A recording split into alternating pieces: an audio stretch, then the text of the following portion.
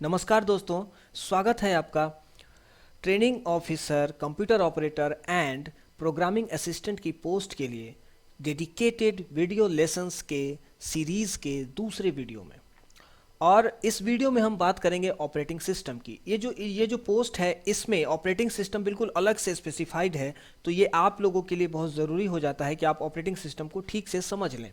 दूसरी बात, एक और चीज़ मैं यहाँ इंक्लूड करना चाहूँगा कि ये इस वीडियो में हम ऑपरेटिंग सिस्टम की जितनी बात करेंगे वो बहुत कम होगी। मैं बहुत ही स्पेसिफिक फॉर्म में स्पेसिफाइड तरीके से ऑपरेटिंग सिस्टम की बात करूँगा, और वो केवल उतने स्तर का होगा जो इस एग्ज़ाम के सिलेबस के लिए काफ़ी है।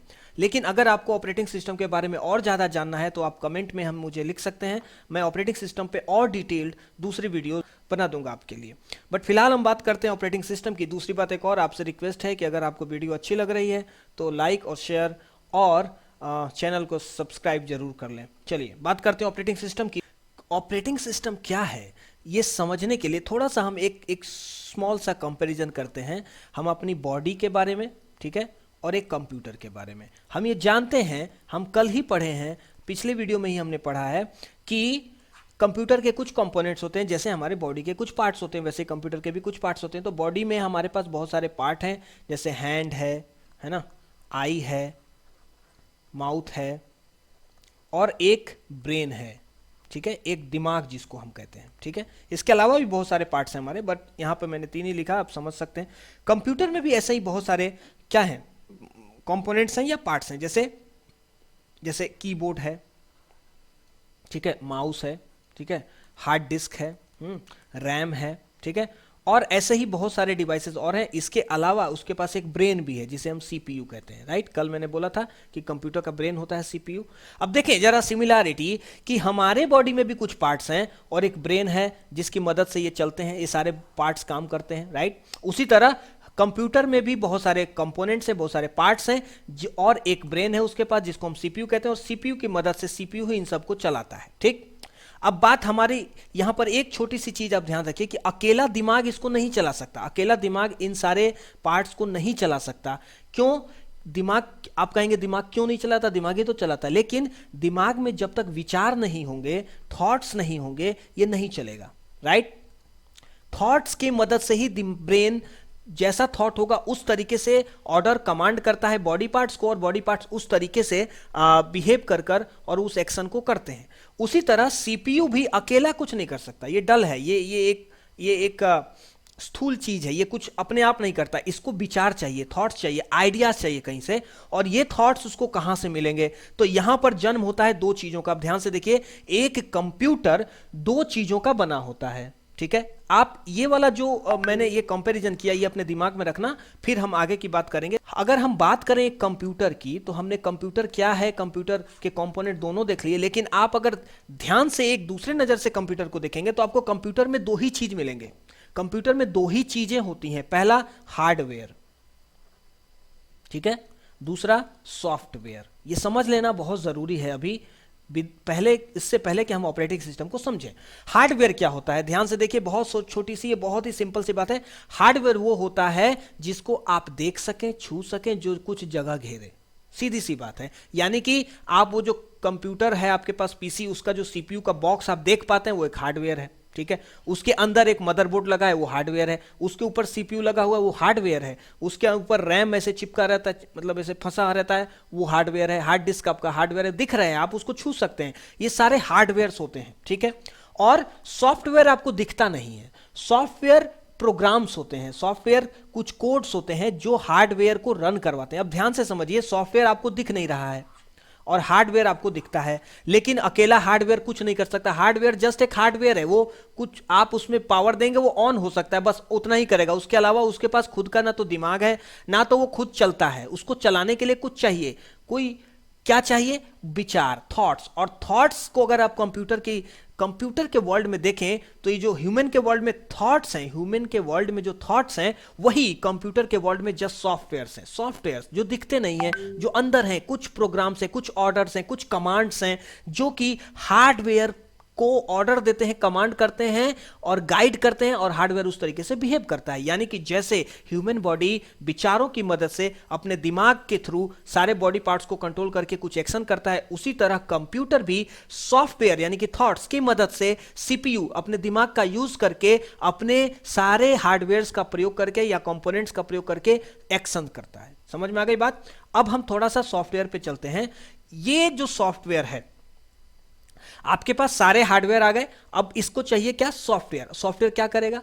सॉफ्टवेयर क्या करेगा? सॉफ्टवेयर सारे हार्डवेयर के बीच एक सामंजस्य स्थापित करेगा, उनको एक दूसरे से जोड़ेगा और फिर उनसे काम करवाएगा।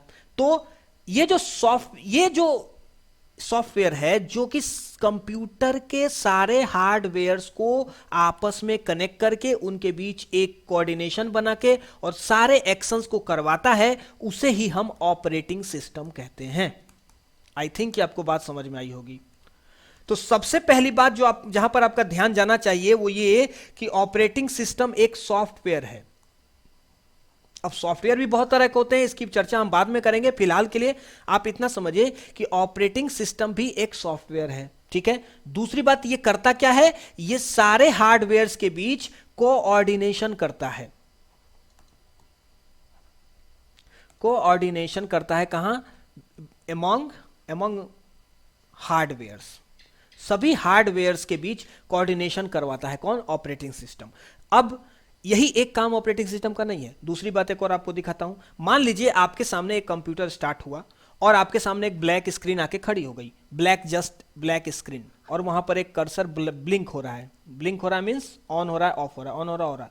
अब आपको अगर कंप्यूटर से कुछ काम करवाना है तो आपको कमांड लिखना पड़ेगा, इंटर करना पड़ेगा। जो आप कमांड लिखेंगे वो इंटर होने के बाद रन होगा और आपका काम हो जाएगा, ठीक है। एक ऐसा आप कंप्यूटर रिज्यूम करिए और एक दूसरा कंप्यूटर रिज्यूम करिए जैसा कि आप यूज करते हैं कंप्यूटर और लैपटॉप, कि जब आप पावर बटन दबाते हैं 1-2 मिनट या कुछ सेकंड के बाद कंप्यूटर ऑन होता है और ऑन होने के बाद वो क्या करता है? आपके सामने ऐसे छोटे छोटे आइकॉन्स बना देता है। यहाँ पर बैकग्राउंड में कुछ अच्छी सी पिक्चर चल रही कुछ होती है और आप यहाँ पर माउस का एक कर्सर एरो ऐसे बना रहता है और आप मूव कर सकते हैं, कहीं राइट क्लिक कर सकते हैं, कहीं लेफ्ट क्लिक, सब कर सकते हैं और कुछ सेटिंग कर सकते हैं। इधर सेटिंग है, बहुत सारी चीजें आ जाती हैं। तो एक इस तरीके का भी स्क्रीन आपके सामने खुलता है, एक इस तरीके का भी स्क्रीन खुलता है। ये जो स्क्रीन जब कंप्यूटर ऑन होता है और कंप्यूटर के यूजर के सामने जो एक स्क्रीन आता है उसे हम कहते हैं यूजर इंटरफेस। ध्यान से समझना इस बात को, ये सब जानना आपके लिए बहुत जरूरी है क्योंकि यही सबसे क्वेश्चन आएंगे। यूजर इंटरफेस कहते हैं, इंटरफेस का मतलब होता है किसी एक चीज और किसी दूसरे चीज के बीच माध्यम को इंटरफेस कहते हैं, ठीक है। अब कंप्यूटर का एक हार्डवेयर है, कंप्यूटर हार्डवेयर से चल रहा है और आप ह्यूमन जो उसका यूजर है वो एक दूसरा पार्ट हो गया और कंप्यूटर हार्डवेयर एक पहला पार्ट हो गया। इन दोनों के बीच एक मीडियम चाहिए जो यूजर की बात को हार्डवेयर तक पहुंचा पाए या कंप्यूटर तक पहुंचा पाए, वही यूजर इंटरफेस प्रोवाइड कराना ऑपरेटिंग सिस्टम का काम है, ठीक है। अब ये यूजर इंटरफेस जो मैंने 2 एग्जांपल आपको दिए, ये 2 तरीके के होते हैं। लेट्स सी, यूजर इंटरफेस 2 तरीके के होते हैं। एक जो यूजर इंटरफेस होता है वो होता है टर्मिनल। इसमें केवल टर्मिनल होते हैं, वो जो ब्लैक स्क्रीन मैंने दिखाया उसे कहते हैं टर्मिनल। और दूसरा जो होता है उसे कहते हैं GUI, ठीक है। इसका नाम है ग्राफिकल यूजर इंटरफेस। ये याद कर लेना आप, इसका शॉर्ट फॉर्म भी फुल फॉर्म भी, ग्राफिकल यूजर इंटरफेस। GUI का फुल फॉर्म होता है ग्राफिकल यूजर इंटरफेस। तो ऑपरेटिंग सिस्टम, डिफरेंट टाइप के ऑपरेटिंग सिस्टम अवेलेबल हैं, अलग अलग ऑपरेटिंग सिस्टम अलग अलग टाइप के यूजर इंटरफेस प्रोवाइड कराते हैं। तो कई ऑपरेटिंग सिस्टम आपको मिलेंगे जो केवल टर्मिनल टाइप के ही यूजर इंटरफेस प्रोवाइड कराता है, लेकिन आजकल के सभी modern operating system GUI provide कराते हैं, जिसमें कि यूजर को ग्राफिकली चीजें देखने को मिलती हैं और वो ग्राफिकली देखकर कमांड दे सकता है, ऑपरेशंस कर सकता है, ठीक है। तो ऑपरेटिंग सिस्टम का दूसरा काम हो गया क्या कराना? यूजर इंटरफेस प्रोवाइड कराना, ठीक है। तो पहला काम ऑपरेटिंग सिस्टम का क्या है? हार्डवेयर के बीच सामंजस्य स्थापित करना। दूसरा काम है यूजर UI प्रोवाइड कराना, ठीक है। तीसरा काम क्या है यूजर ऑपरेटिंग सिस्टम का, कि वो क्या करता है? तीसरी बात मैं आपको बताऊं उससे पहले आपको यह चीज समझना होगा कि रिसोर्सेस क्या होती हैं। देखो, ये जैसे ह्यूमन के लिए पानी, हवा, खाना, ये सारे रिसोर्सेज हैं, कोयला है ना, क्योंकि इनकी मदद से ही ह्यूमन वो सारी चीजें इकट्ठा कर पाता है या यूज कर पाता है, जिसकी मदद से उसकी लाइफ आसान हो जाती है और वो जी पाता है। ठीक है, उसी तरह कंप्यूटर में के लिए भी बहुत सारी चीजें जरूरी होती हैं जिसके बिना वो अच्छे से चल नहीं सकता या चल ही नहीं सकता। जैसे कि रैम कंप्यूटर के लिए एक रिसोर्स है।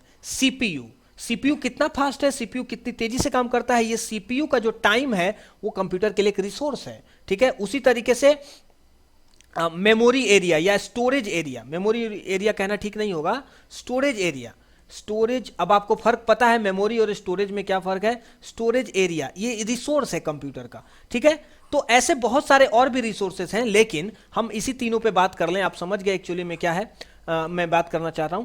तो ये जो कंप्यूटर के रिसोर्सेज हैं इनका सही इस्तेमाल होना चाहिए। जैसे कि आप देख सकते हैं कि ह्यूमन अगर अपने रिसोर्सेज का खराब तरीके से पिछले पास्ट ईयर्स में यूज किया है, उसका बैड इफेक्ट अभी देखने को मिल रहा है और हमें तमाम तरीके की कैलामिटीज और दुर्घटनाएं देखने को मिल रही हैं, क्योंकि हमने अपने रिसोर्सेज का बहुत गलत तरीके से प्रयोग किया। ठीक है, तो और अभी हम हमारे सारे देश सभी कंट्रीज के जो गवर्नमेंट है वो इस और ज्यादा प्रेशर दे रही है कि रिसोर्सेज का सही प्रयोग होना चाहिए, संतुलित प्रयोग होना चाहिए। उसी तरह कंप्यूटर सिस्टम के जो रिसोर्सेज हैं ये सब भी बहुत ही ज्यादा कॉस्टली हैं और इनका सही इस्तेमाल और इफिशिएंट इस्तेमाल होना चाहिए। इफिशिएंट का मतलब होता है कि जितना जरूरी है उतना ही कम समय में ज्यादा काम होना चाहिए। तो इन सभी का इफिशिएंट प्रयोग कौन करेगा? ये करता है ऑपरेटिंग सिस्टम। समझ में आया? मतलब रिसोर्स मैनेजमेंट ये भी ऑपरेटिंग सिस्टम का एक काम है। ऐसे तो ऑपरेटिंग सिस्टम के बहुत सारे काम है। आपके कंप्यूटर में जो कुछ भी होता है, जो कुछ, वो सब ऑपरेटिंग सिस्टम के ही अंडर होता है, वही संभालता है। बट ये कुछ मेजर चीजें हैं जिससे आपको समझ में आएगा कि ऑपरेटिंग सिस्टम का रोल क्या है। तो अब हम बात करते हैं सीधे सीधे कि ऑपरेटिंग सिस्टम एक सॉफ्टवेयर है जो कि कंप्यूटर के हार्डवेयर को यूज करने लायक बनाता है, यानी कि कंप्यूटर बनाता है। यानी कि ऑपरेटिंग सिस्टम ही वो चीज है, वो एलिमेंट है जो आपके कंप्यूटर को कंप्यूटर बनाता है। अगर आपके कंप्यूटर में ऑपरेटिंग सिस्टम नहीं है तो वो जस्ट एक कुछ मदरबोर्ड और सीपीयू टाइप का हार्डवेयर है और नथिंग एल्स, वो कुछ नहीं कर सकता। यानी कि बिना ऑपरेटिंग सिस्टम के आपका लैपटॉप या आपका पीसी जस्ट एक डब्बा है और कुछ भी नहीं। ठीक है, तो ऑपरेटिंग सिस्टम एक सॉफ्टवेयर है जो कि सारे रिसोर्सेज का मैनेजमेंट करता है, कंप्यूटर के और यूजर के बीच एक यूजर इंटरफेस प्रोवाइड कराता है और उसके सारे अंदर के हार्डवेयर के साथ कम्युनिकेशन करके हार्डवेयर को कंट्रोल करता है। यह ऑपरेटिंग सिस्टम का काम है। आई थिंक आपको समझ में आ गया होगा। ठीक है, हम ऑपरेटिंग सिस्टम को कई बार मैनेजर भी कह देते हैं, कंप्यूटर का मैनेजर है। आपको आई थिंक अब एक होल आइडिया मिला होगा ऑपरेटिंग सिस्टम क्या है। अब हम बात करते हैं टाइप्स ऑफ ऑपरेटिंग सिस्टम की। ठीक है, और एक चीज ध्यान रखिएगा, ऑपरेटिंग सिस्टम को शॉर्ट फॉर्म में ओएस भी कहा जाता है। तो कहीं अगर एग्जाम में ऑपरेटिंग सिस्टम की जगह ओएस लिखा है तो आपको कंफ्यूज नहीं होना है। आपको जानकारी होनी चाहिए कि OS means operating system computer की वर्ल्ड में। ठीक है, तो बात करते हैं टाइप्स ऑफ ऑपरेटिंग सिस्टम की। बहुत तरह के ऑपरेटिंग सिस्टम हैं। अभी के हमारे टाइम में बहुत तरीके के ऑपरेटिंग सिस्टम अवेलेबल हैं। उनमें से हम कुछ की बात करेंगे या फिर ऑल सभी की बात हम करेंगे, क्योंकि आपको सभी के बारे में जानना जरूरी है। क्योंकि मैंने देखा था पिछले ईयर के एग्जाम में ऑपरेटिंग सिस्टम से डायरेक्ट क्वेश्चन है और टाइप ऑफ ऑपरेटिंग सिस्टम से भी क्वेश्चन। तो पहला जो हम ऑपरेटिंग सिस्टम का टाइप पढ़ने वाले हैं वो है batch operating system, batch OS. ठीक है, ओएस मैं लिख रहा हूं अब शॉर्ट में। बैच ओएस क्या होता है? देखिए, बैच, आपको बैच नाम से कुछ समझना होगा। बैच का मतलब होता है ग्रुप। जैसे कहीं कोई क्लासेस चल रही हैं तो कहते हैं ना कि फिजिक्स की बैच है, मैथ्स की बैच है, मतलब बैच का मतलब है ग्रुप। और जब आप कोई ऑपरेटिंग सिस्टम ऐसे काम करता है कि आप उसको क्या करिए, कुछ काम का बैच, एक झुंड बनाकर, एक ग्रुप बनाकर दे दीजिए। अब वो बस उसको करते जा रहा है, करते जा रहा है, करते जा रहा है। वो एक ग्रुप दे दीजिए उसको, एक बार झुंड, एक थोक में, मतलब एक साथ बहुत सारे काम बनाकर एक बैच बनाकर दे दीजिए। अब वो उन सबको एक एक करके अपना निपटाता जाएगा। मतलब वो उसको दे के छोड़ दीजिए, वो अपना काम कर रहा है। ऐसे ऑपरेटिंग सिस्टम को कहते हैं बैच ऑपरेटिंग सिस्टम। इस ऑपरेटिंग सिस्टम की एक खासियत होती है कि ये वो एक ही तरीके के काम करता है। मतलब आपने एक बार दे दिया उसको बैच एक तरीके के काम का, अब वो उसको निपटाते जा रहा है। जैसे एक मशीन समझिए जो रोटी बनाती है, तो उसमें आपने आटा गूंथ के रख दिया, अब वो उसको रोटी बनाते जा रहा है, वो और कुछ नहीं कर रहा है। उसी तरीके से बैच ऑपरेटिंग सिस्टम काम करता है। इसमें आप जैसे मान लीजिए किसी C++ का प्रोग्राम आपने 50 लिखा और 50 प्रोग्राम को ऐसे सजाया, एक बैच बनाया और ऑपरेटिंग सिस्टम को दे दिया। अब क्या करेगा ये ओएस? ये जो ओएस है ये एक एक को लेगा, रन करके आउटपुट देता जाएगा, आउटपुट मतलब ये पूरे बैच को ये संभालेगा एक एक करके। तो ऐसे ऑपरेटिंग सिस्टम को हम बैच ऑपरेटिंग सिस्टम कहते हैं। ठीक है, दूसरा जो ऑपरेटिंग सिस्टम है वो है multi programmed.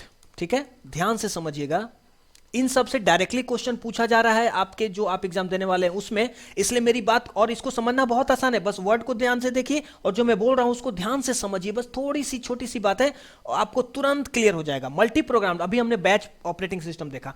Batch operating system में क्या होता है कि आप एक बैच बनाकर दे दीजिए और ऑपरेटिंग सिस्टम क्या करेगा, एक एक उस बैच एक जैसा टास्क होगा उसमें और उस एक जैसे टास्क को एक एक करके वो सीपीयू से करवाता जाएगा, इसे कहते हैं batch operating system. Multi programme में क्या है, एक जैसा प्रोग्राम नहीं, डिफरेंट टाइप के आप उसको प्रोग्राम दीजिए और ऑपरेटिंग सिस्टम एक बार में ही डिफरेंट टाइप के प्रोग्राम्स को हैंडल कर सकता है या सीपीयू से रन करवा सकता है। ऐसे ऑपरेटिंग सिस्टम को कहते हैं मल्टी प्रोग्राम्ड ऑपरेटिंग सिस्टम। तो इसमें क्या होता है, इसमें रैम जैसा एक एरिया है, रैम की हमने कल बात की थी, इसमें क्या होगा, डिफरेंट टाइप के प्रोग्राम्स आपके पास स्टोर्ड हैं, जैसे P1, P2, P3। ध्यान रखना ये बैच नहीं है, मैं कह रहा हूं ये बैच नहीं, मैं ऐसा बनाया हूं बैच जैसा, बट ये बैच नहीं, ये रैम है। और ओएस के पास, ये जो आपका ओएस है इसके बीच ओएस है, सीपीयू और इसके बीच मतलब आपका जो रैम है इसके बीच ओएस है। ठीक है, अब यहां पर सीपीयू है। ये ऑपरेटिंग सिस्टम की खासियत क्या होती है कि इसको एक, जरूरी नहीं कि ये सारे प्रोग्राम एक जैसे हों, ये डिफरेंट टाइप के प्रोग्राम्स को P1 को भेज के इससे रन करवा सकता है, P2 को भेज के रन करवा सकता है, P3 को भेज के रन कर P4 को, डिफरेंट टाइप के प्रोग्राम्स को रन करवा सकता है, वो भी एक साथ। तो इसे कहते हैं मल्टी प्रोग्राम्ड ओएस। ऐसा ऑपरेटिंग सिस्टम जो डिफरेंट टाइप के प्रोग्राम्स को एग्जीक्यूट करवा पाए उसे कहते हैं मल्टी प्रोग्राम्ड ओएस। तीसरा हमारा ऑपरेटिंग सिस्टम है जिसे कहते हैं time shared operating system. Time shared, देखिए हर ऑपरेटिंग सिस्टम की कुछ खासियत, कुछ एडवांटेज, डिसएडवांटेज हैं। अगर मैं उन सब की चर्चा करूंगा तो ये वीडियो बहुत ज्यादा हो जाएगा और बोरिंग टाइप का भी हो जाएगा। मैं एकदम महत्वपूर्ण बातें बता रहा हूं। अगर आपको लगे कि नहीं इसके बारे में और बताइए तो आप मुझे कमेंट करिए, मैं इसके बारे में और भी डिटेल्ड आपको वीडियो दे सकता हूं। ठीक है, टाइम शेयर्ड। टाइम शेयर्ड में क्या होता है कि ऑपरेटिंग सिस्टम क्या करता है कि ऑपरेटिंग सिस्टम, टाइम शेयर्ड भी एक मल्टी प्रोग्राम्ड ऑपरेटिंग सिस्टम होता है, लेकिन ये थोड़ा सा अलग होता है। इसमें क्या होता है, मान लीजिए आपके पास बहुत सारे प्रोग्राम है मेमोरी में, मेमोरी मतलब प्राइमरी मेमोरी। ठीक है, इसके पहले जो हमने मल्टी प्रोग्राम देखा था उसमें कोई टाइम निश्चित नहीं था, लेकिन टाइम शेयर्ड में क्या होता है कि जो ऑपरेटिंग सिस्टम है वो हर प्रोग्राम को एक खास टाइम देते हैं। जैसे मान लीजिए 1 सेकेंड, इसने ये बना लिया 1 सेकेंड, अब ये क्या करेगा, P1 को 1 सेकेंड देगा सीपीयू के लिए। ठीक है, 1 सेकेंड होते ही P1 को रोक देगा, ये P1 को रोक देगा, P2 को फिर 1 सेकेंड देगा सीपीयू का टाइम। ठीक है, यहां सीपीयू है, फिर 1 सेकेंड होते ही P2 को रोक देगा, P3 को देगा, फिर 1 सेकेंड होने के बाद P4 को देगा, 1 सेकेंड में P5। मतलब जो मल्टी प्रोग्राम्ड ऑपरेटिंग सिस्टम था उसमें प्रॉब्लम क्या आ रही थी कि अगर एक प्रोग्राम रन हो गया, मान लो ये प्रोग्राम सीपीयू ने, ऑपरेटिंग सिस्टम ने सीपीयू के पास भेज दिया P1, अब क्या हुआ, अगर ये प्रोग्राम बहुत ही बड़ा है तो सीपीयू को एग्जीक्यूट करने में मान लो लग गया 10 मिनट, तब तक ये चारों के चारों वेट कर रहे हैं 10 मिनट, है ना। और हो सकता है कि इसमें से P3, P4 बहुत छोटे छोटे प्रोग्राम है वो तुरंत हो सकते थे, लेकिन चूंकि ये बहुत बड़ा है इस कारण इन सबको वेट करना पड़ रहा है छोटा होने के बावजूद। और छोटे वाले प्रोग्राम जल्दी एग्जीक्यूट हो सकते हैं क्योंकि उनको वेट करना ना पड़े, क्योंकि यूजर ने मान लीजिए 4 प्रोग्राम दे दिया तो वो छोटे वाले को जल्दी एग्जीक्यूट होना एक्सपेक्ट कर रहा होता है, लेकिन चूंकि एक बड़ा प्रोग्राम सीपीयू के पास चला गया है तो छोटे को टाइम ही नहीं मिल पा रहा। तो ये प्रॉब्लम सॉल्व करने के लिए एक नया ऑपरेटिंग सिस्टम बनाया गया जिसे कहते हैं टाइम शेयर्ड। इसमें क्या होता है, हर प्रोग्राम को एक डिफिनिट टाइम दे दिया जाता है, इसलिए इसको कहते हैं टाइम शेयर्ड। सीपीयू का टाइम हर प्रोग्राम के बीच शेयर कर दिया जाता है इक्वली। तो ऐसे ऑपरेटिंग सिस्टम को कहते हैं टाइम शेयर्ड ऑपरेटिंग सिस्टम। बात समझ में आ गई आपको? ठीक है, नेक्स्ट है, चौथा ऑपरेटिंग सिस्टम है personal operating system. Personal operating system, ठीक है। पर्सनल ऑपरेटिंग सिस्टम क्या होता है, ऐसा ऑपरेटिंग सिस्टम जो पर्सनल कंप्यूटर्स में यूज होता है। अब बात आती है कि यार आपने तो पर्सनल कर दिया। आप समझिए, जो भी आप सीपीयू, जो अपने घर पे कंप्यूटर आप यूज करते हैं उसको हम पीसी कहते हैं। पीसी आपको याद होगा, आपने सुना भी होगा ये word. PC is a short form of personal computer. आपका लैपटॉप भी एक तरीके का पीसी है। पर्सनल कंप्यूटर क्या करता है, पर्सनल कंप्यूटर इस तरीके से बनाया जाता है ताकि वो किसी भी एक इंसान के पर्सनल सारे काम कर पाए, वो फाइल ऑफिस के भी कुछ रिलेटेड काम कर पाए, वर्ड मतलब लेटर राइट करवा पाए, कुछ डेटा एक्सेल में डेटा तैयार करवा पाए, पावर पॉइंट में कुछ प्रेजेंटेशन बनवा पाए, कुछ बंदे को म्यूजिक सुनना है तो म्यूजिक सुन ले, वीडियो देखना है तो वीडियो देख ले, थोड़ा वेबसाइट पे जाके कुछ चेक कर ले, है ना। छोटे छोटे मतलब जितना छोटा छोटा जरूरी चीज है एक आदमी के नॉर्मल लाइफ से रिलेटेड वो सब कर पाए, ऐसे सिस्टम को कहते हैं पर्सनल कंप्यूटर, ऐसे कंप्यूटर को कहते हैं। और ऐसे कंप्यूटर के लिए खास ऑपरेटिंग सिस्टम की भी जरूरत होती है, उसे कहते हैं पर्सनल ऑपरेटिंग सिस्टम। तो पर्सनल ऑपरेटिंग सिस्टम कोई बहुत अलग ऑपरेटिंग सिस्टम नहीं है, बट ये खास तरीके का ऑपरेटिंग सिस्टम होता है जो सभी काम को आसानी से हैंडल करे, मतलब एक पर्टिकुलर आदमी के रिलेटेड काम को ऑफिस भी चला पाए, ऑफिस वाले सॉफ्टवेयर भी चला पाए, थोड़े से उसको म्यूजिक वाले को भी चला पाए, थोड़े से वीडियो को भी चला पाए। तो ऐसा ऑपरेटिंग सिस्टम जो पर्सनल कंप्यूटर को हैंडल करे उसे कहते हैं पर्सनल ऑपरेटिंग सिस्टम। जिसका एग्जांपल आपको मालूम होगा, इसका इसमें सबसे ऊपर नाम आना चाहिए विंडोज का, ठीक है। Windows operating system PC specific operating system है। जो विंडोज, अभी विंडोज का लेटेस्ट क्या चल रहा है, विंडोज 11 आ गया है, आपको पता होना चाहिए, ठीक है। तो विंडोज 11, विंडोज 10, विंडोज 7, विंडोज 8 भी आया था, विस्टा, एक्सपी, ये सब पर्सनल ऑपरेटिंग सिस्टम्स हैं जो पर्सनल कंप्यूटर को अप्लाई कराते हैं। इसके अलावा भी ऑपरेटिंग सिस्टम है लाइनक्स, भी एक पर्सनल कंप्यूटर का ही ऑपरेटिंग सिस्टम है। हालांकि लाइनक्स के दूसरे भी प्रयोग किए जा सकते हैं, विंडोज के भी अलग वर्जन आते हैं जो कि दूसरे टाइप के मतलब पर्सनल नहीं होते, वो कुछ अलग बिहेवियर दिखाते हैं, उसकी चर्चा हम बाद में करेंगे। इसके अलावा पर्सनल कंप्यूटर के ऑपरेटिंग सिस्टम की हम बात करें तो हमें मिलेगा Mac OS. I don't know आपने नाम सुना है या नहीं सुना, मैक ओएस कहते हैं, ये एप्पल के लैपटॉप्स या पीसीज में यूज होता है मैक ओएस, ठीक है। तो हम आगे चलते हैं। पांचवा हमारा ऑपरेटिंग सिस्टम है parallel operating system. Parallel operating system, देखिए पैरेलल ऑपरेटिंग सिस्टम क्या होता है। इस ऑपरेटिंग सिस्टम, ये ऑपरेटिंग सिस्टम एक खास तरीके के डिवाइस के लिए बनाया जाता है जिसमें एक सीपीयू ना होकर के बहुत सारे सीपीयू होते हैं, सीपीयू 1, सीपीयू 2, सीपीयू 3, ठीक है, सीपीयू 4।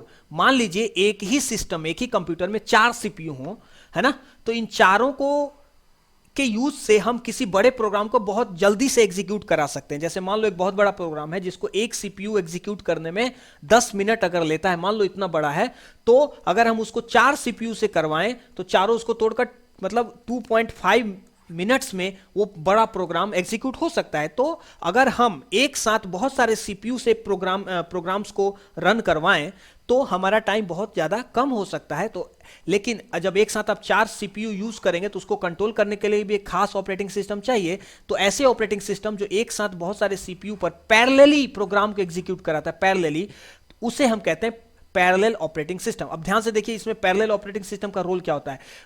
पैरेलल ऑपरेटिंग सिस्टम का रोल ये होता है कि जो एक बड़ा प्रोग्राम उसके पास आया, ठीक है, रन एग्जीक्यूट होने के लिए, ये ऑपरेटिंग सिस्टम का ये काम है कि इसको वो तोड़ देगा 4 भाग में, 5 भाग में, जितने भी भाग में इस बड़े प्रोग्राम को तोड़ेगा और वो फिर भेजेगा कि ये पहला पार्ट, जैसे ये एक ही प्रोग्राम है, सपोज ये इतना बड़ा एक ही प्रोग्राम है, इसको सीपीयू ऑपरेटिंग सिस्टम ने 4 भाग में तोड़ दिया और अब ये सीपीयू का काम होता है वो डिसाइड करेगा कि पहला वाला पार्ट सीपीयू 1 रन एग्जीक्यूट करेगा। ये ऑपरेटिंग सिस्टम का रोल है, ऑपरेटिंग सिस्टम का डिसीजन होता है कि कौन सा पार्ट कौन सा सीपीयू एग्जीक्यूट करेगा।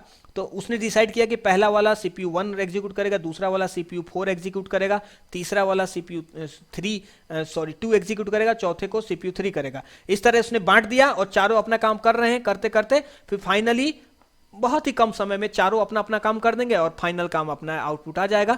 तो इस तरीके से ये खास ऑपरेटिंग सिस्टम होता है जो मल्टी प्रोसेसर सिस्टम को एग्जीक्यूट, ये रन कराने के लिए काम आता है, ठीक है। आई होप कि आपको समझ में आया होगा। नेक्स्ट ऑपरेटिंग सिस्टम है डिस्ट्रीब्यूटेड ऑपरेटिंग सिस्टम। डिस्ट्रीब्यूटेड, इसका नाम ही बताता है, अगर आप नाम को ध्यान से देखें, सारे ऑपरेटिंग सिस्टम के नाम में उनकी खूबी है।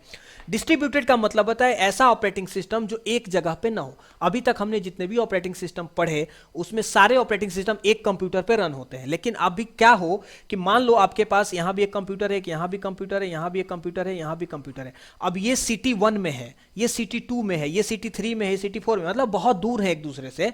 अब अगर हम एक ऐसा ऑपरेटिंग सिस्टम बनाएं जो यहां है और ये नेटवर्क के थ्रू, वाईफाई के थ्रू या कहें हम लीज लाइन के थ्रू या कहें इंटरनेट के थ्रू, ये चारों कंप्यूटर जुड़ गए इसमें और ये ऑपरेटिंग सिस्टम बीच में सेंट्रली है और इन चारों को नेटवर्क के थ्रू कंट्रोल कर रहा है, तो ऐसे ऑपरेटिंग सिस्टम को कहते हैं डिस्ट्रीब्यूटेड ऑपरेटिंग सिस्टम। इसमें होता क्या है कि इस ऑपरेटिंग सिस्टम के दो पार्ट होते हैं। इसका एक पार्ट हर कंप्यूटर में, मतलब जिस जिस जिस कंप्यूटर पे ये ऑपरेटिंग सिस्टम रन हो रहा है वहां पर एक इस ऑपरेटिंग सिस्टम का एक भाग छोटा सा भाग इस पर यहां पर एग्जीक्यूट चल रहा होता है। यहां पर भी इसका एक पहला पार्ट होता है, यहां भी उसका एक पार्ट रन कर रहा है इसी ऑपरेटिंग सिस्टम का, यहां भी और यहां भी।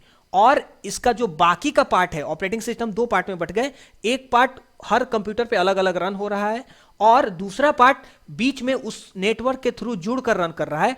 तो यहां से ये सारे कंप्यूटर को मैनेज करता है। और इसमें खासियत क्या होती है कि अगर इस ऑपरेटिंग सिस्टम के बाद एक पास से एक टास्क आया तो इस टास्क को ये तोड़कर कुछ इसको कुछ इसको कुछ इसको कुछ इसको भेज सकता है और कुछ प्रोसेसिंग यहां से करवा सकता है, कुछ प्रोसेसिंग यहां से करवा सकता है, कुछ यहां से कुछ यहां से, और फाइनली रिजल्ट को मिलाकर आउटपुट दे सकता है। इसे कहते हैं डिस्ट्रीब्यूटेड ऑपरेटिंग सिस्टम। जब कंप्यूटर या ऑपरेटिंग सिस्टम डिस्ट्रीब्यूट हो जाए, अलग अलग भागों में बट जाए, ऐसे सिस्टम को कहते हैं distributed operating system. I hope कि आपको समझ में आया होगा। क्लाउड कंप्यूटिंग इसी तरीके का कुछ चलता है, तो वहां पर हमें डिस्ट्रीब्यूटेड ऑपरेटिंग सिस्टम की जरूरत पड़ती है। क्लाउड कंप्यूटिंग आपने नाम सुना होगा, हम आगे भी क्लाउड कंप्यूटिंग के बारे में पढ़ेंगे। ठीक है, फिलहाल के लिए इतना ही।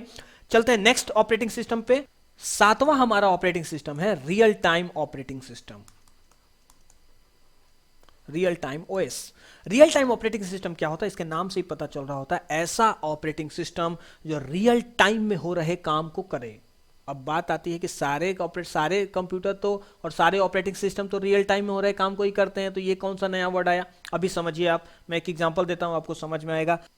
मान लीजिए कि एक कंप्यूटर लगा हुआ है न्यूक्लियर रिएक्टर के पास और वो सेंस कर रहा है कि टेम्परेचर कितना बढ़ रहा है या रेडिएशन कितना बढ़ा।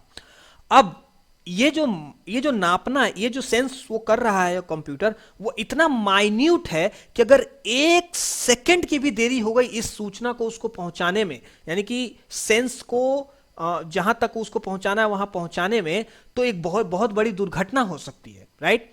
तो ऐसे ऑपरेटिंग सिस्टम जो एकदम रियल टाइम स्पेसिफिक में उनको एकदम एफिशिएंट, एकदम फास्ट, एकदम सेंसिटिव होना पड़ता है, ऐसे ऑपरेटिंग सिस्टम जो कि इस सिचुएशन में काम करते हैं, ऐसे को हम कहते हैं रियल टाइम ऑपरेटिंग सिस्टम। ये बहुत ही ज्यादा खास ऑपरेटिंग सिस्टम होते हैं। ये मल्टीटास्किंग बिल्कुल नहीं होते, ये एक साथ ज्यादा काम नहीं करते, ये एक साथ एक ही काम करते हैं और जिस काम को करते हैं एकदम डेलीगेटली करते हैं, एकदम डेडिकेटेड होकर करते हैं, पूरी जी जान लगा के करते हैं। क्योंकि अगर ये एक सेकंड के लिए भी लेट हुए एक सेंस को करने में, एक सेकंड के से थोड़ा कम भी टाइम इनको लग गया तो भी एक बड़ी दुर्घटना हो सकती है। तो ऐसे सिचुएशन, जैसे ट्रैफिक पे हम बात करें, ट्रैफिक पे अगर इन्होंने गलत लाइट जला दी और थोड़ा भी लेट हो गया तो एक बड़ी दुर्घटना, बहुत तेजी से गाड़ी आके टकरा सकते हैं, दुर्घटना हो सकती है। तो ऐसे सिस्टम्स जो कि ऐसे सिचुएशन में काम करते हैं, इन्हें कहते हैं रियल टाइम ऑपरेटिंग सिस्टम। अब रियल टाइम ऑपरेटिंग सिस्टम दो तरीके के होते हैं, एक होता है hard real time operating system, hard real time operating system, दूसरा होता है soft real time operating system, soft real time operating system. दोनों के बारे में समझ लीजिए, मैं बस बोल के थोड़ा समझा देता हूं। Hard real time operating system वो ये होते हैं जो बहुत ही क्रिटिकल ऑपरेटिंग सिचुएशंस में ऑपरेट हो रहे होते हैं। क्रिटिकल मतलब जैसा मैंने दो एग्जांपल आपको दिए कि जहां एक सेकंड की भी देरी बर्दाश्त नहीं है और एक सेकंड की भी देरी बहुत बड़ी दुर्घटना करा सकती है। ऐसे सिचुएशन में यूज हो रहे ऑपरेटिंग सिस्टम को हम hard real time operating system कहते हैं। जैसे कि अगर कोई ऑपरेटिंग सिस्टम किसी, जैसे मंगलयान को भेजा जा रहा है, चंद्रमा पर कोई यान भेजा जा रहा है, इसमें आए हुए बदलाव को या इसके चेंजेस को सेंस कर रहा है, ऐसे सिचुएशंस को हम hard real time operating system के थ्रू ही कंट्रोल कर सकते हैं। और दूसरा soft real time operating system, ये भी रियल टाइम के ही ऑपरेटिंग सिस्टम होते हैं, लेकिन इसमें थोड़ा देर भी चलता है। जैसे सीसीटीवी कैमरा के फुटेज, अगर वो एक सेकंड बाद भी आए तो चलेगा, उससे कोई बहुत बड़ी दुर्घटना नहीं हो रही है। तो ऐसे ऑपरेटिंग सिस्टम भी होते हैं जो कि रियल टाइम है लेकिन उतने ज्यादा क्रिटिकल नहीं है, इसलिए इनको दो कैटेगरी में बांटा गया है। तो ये था 7 तरीके के ऑपरेटिंग सिस्टम आपको देखने को मिलेंगे आप जहां भी जाएंगे, और इन सभी से किसी से भी क्वेश्चन आ सकता है और ये कोई बहुत मुश्किल भी नहीं है इसको समझना। तो आई होप कि बस आप अगर मेरी बातों को ध्यान में रखेंगे तो ये सारे टाइप ऑफ ऑपरेटिंग सिस्टम आपको समझ में आ जाएंगे। अब हम बात करते हैं थोड़े से ऑपरेटिंग सिस्टम के स्ट्रक्चर की,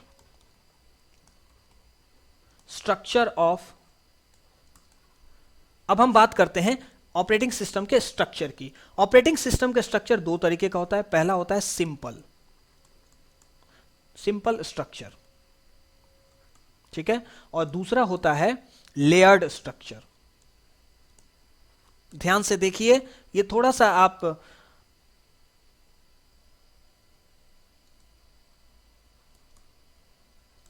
आप यहाँ पे ध्यान दीजिए, समझ लीजिए, क्योंकि इससे क्वेश्चन आ सकता है, इसलिए मुझे लगता है कि इसके बारे में बता देना ठीक रहेगा। सिंपल स्ट्रक्चर वो होता है जिसमें कि ऑपरेटिंग सिस्टम एक सिंपल फॉर्म में बना होता है, उसमें एप्लीकेशन है और फिर ऑपरेटिंग सिस्टम है और फिर हार्डवेयर है। ये बस 3 लेयर होते हैं, मतलब 3 चीजें होती हैं। एप्लीकेशन को यूजर कमांड देता है, मतलब एप्लीकेशन पे कुछ करता है, वो सिग्नल जाता है, यानी कि वो इंफॉर्मेशन जाता है ऑपरेटिंग सिस्टम के पास, फिर ऑपरेटिंग सिस्टम सीपीयू के पास भेजकर वो काम करा देता है। ऐसे स्ट्रक्चर को सिंपल स्ट्रक्चर कहते हैं। लेयर्ड स्ट्रक्चर में क्या होता है कि लेयरिंग होती है, जैसे सबसे छोटा लेयर होता है हार्डवेयर, सबसे नीचे सबसे लोएस्ट लेयर में होता है हार्डवेयर। ये ध्यान रखना, आप यहां से क्वेश्चन जरूर आ सकता है कि लेयर्ड स्ट्रक्चर में सबसे नीचे क्या होता है। कोई भी स्ट्रक्चर हो, सिंपल हो, लेयर्ड हो, सबसे लोएस्ट स्ट्रक्चर, सबसे लोएस्ट लेयर, सबसे लो पे कौन रहता है, फाउंडेशन में कौन रहता है, हार्डवेयर, क्योंकि अल्टीमेटली काम उसी को करना है। और उसके बाद जितने भी चीजें हैं जो इसको कमांड कर रही हैं सब इसके ऊपर रहता है। तो इसके ऊपर रहता है ऑपरेटिंग सिस्टम, इसके ऊपर आपका आ जाता है एप्लीकेशन।